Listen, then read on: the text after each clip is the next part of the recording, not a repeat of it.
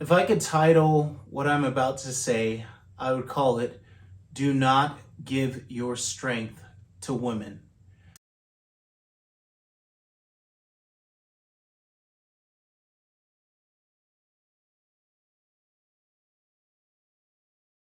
Hi, my name is Ali Schwaga. This is 10 Points to Ponder, where we like to talk about all the things that get you canceled.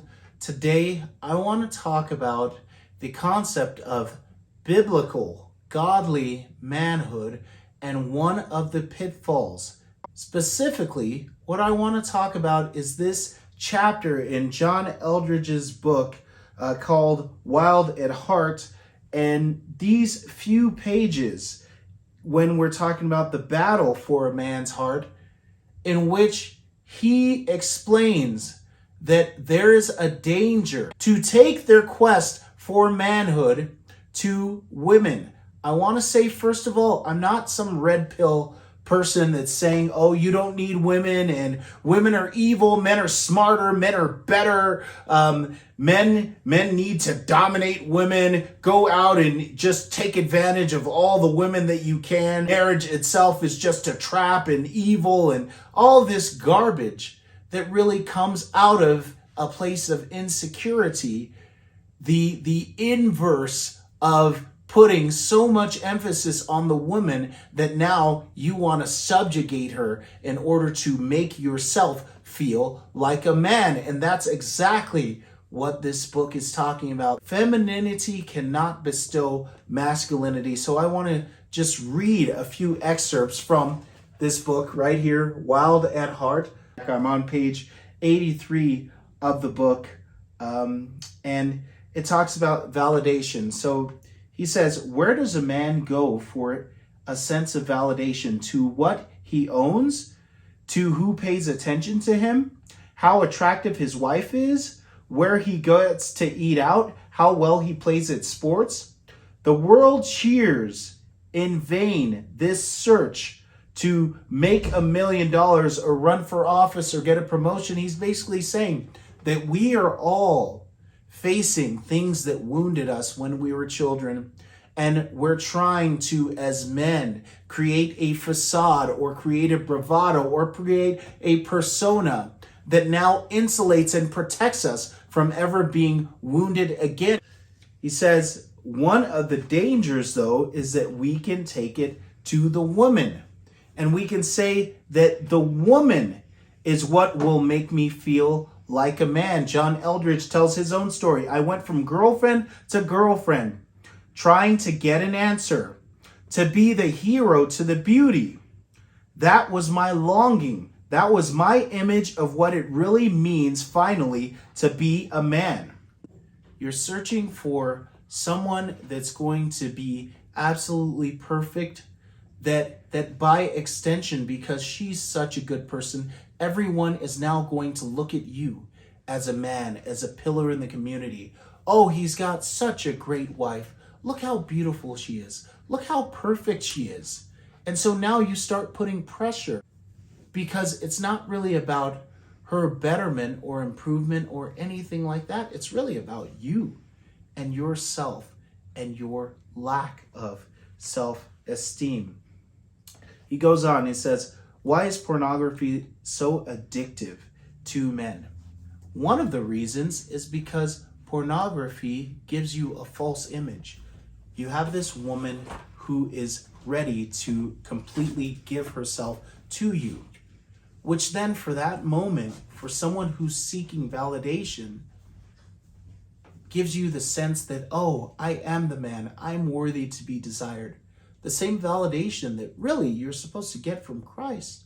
You get that same validation from some woman who says, oh, I'm going to be completely available to you because I see you as a valuable man. That's why this stuff is so harmful. But femininity can never bestow masculinity. John says it's like asking a pearl to give you a buffalo. It's like asking a field of wildflowers to give you a 57 Chevy. They are different substances entirely. You cannot look to femininity to make you a man. You get that from God, and you also get that in the company of other men. You get that through taking responsibility. You get that through not being someone who continually takes and takes and takes, but someone who actually contributes, who creates an order for human flourishing, who creates things and actually cultivates them, who is willing to give his life for the things that are vital, that are important, who stands in the gap and builds a foundation upon which others may flourish by rejecting passivity and taking on leadership and accountability for the things that he does. These are the aspects of masculinity that you have to get from God, and you are led by other men, arm in arm, trying to follow this path, this narrow road, this highway of holiness. You don't get this sort of masculinity by asking your wife or some woman, am I doing okay? Am I doing okay? Am I doing okay? Am I pleasing you? Does this make you happy? Think of the example of Will Smith as someone who was seeking masculinity from femininity. So Chris Rock said the joke, and Will Smith thought the joke was very funny initially, until he looked at his wife, and then she, by her look, told him that she didn't appreciate it.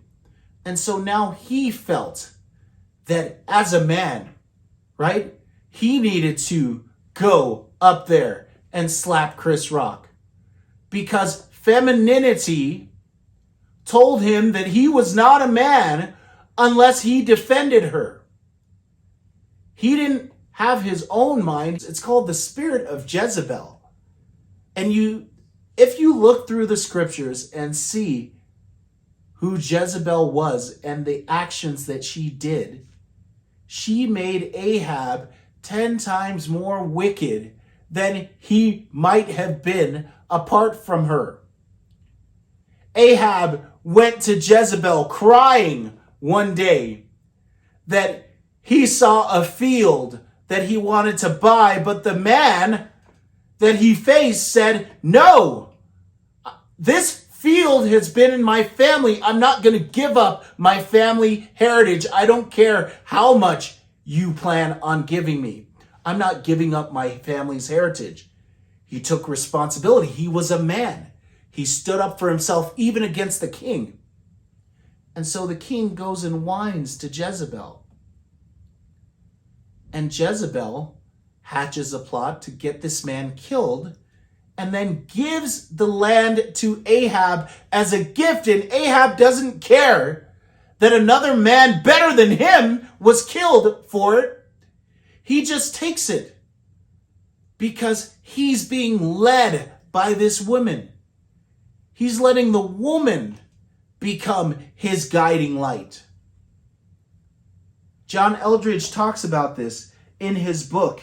He says, if he has given her the power to validate him as a man, then he has also given her the power to invalidate him. That's the deadly catch. And listen to this story. A pastor told me that for a pastor, a man of God, he's serving God. He's supposed to be led by God for direction for his family and for the church. He's ruling the household of God. He's serving the household of God. And a pastor told me that for years he's been trying to please his wife, and she keeps giving him an F. And John asked the pastor this question: what if she is not the report card on you? And he said, it sure feels like it. Listen to that. She is not the report card on you. If you go right now and make a decision and your wife dislikes the decision, and maybe it was a mistake or whatever, she's not the report card on you. Because the report card on you is, what were the thoughts and intents of your heart? Were you seeking to help your family? Were you trying to do this work to build a foundation for your family, and maybe you failed? Maybe you invested in something that didn't work out. Maybe you moved your family across country and it didn't work out. Is she the report card on you? No. God is the one who judges. And you are a steward who will be held accountable by God. As the scriptures say, you can't even judge yourself. You just need to make sure that you're trying to do the right thing and seeking after God by the power of His Holy Spirit.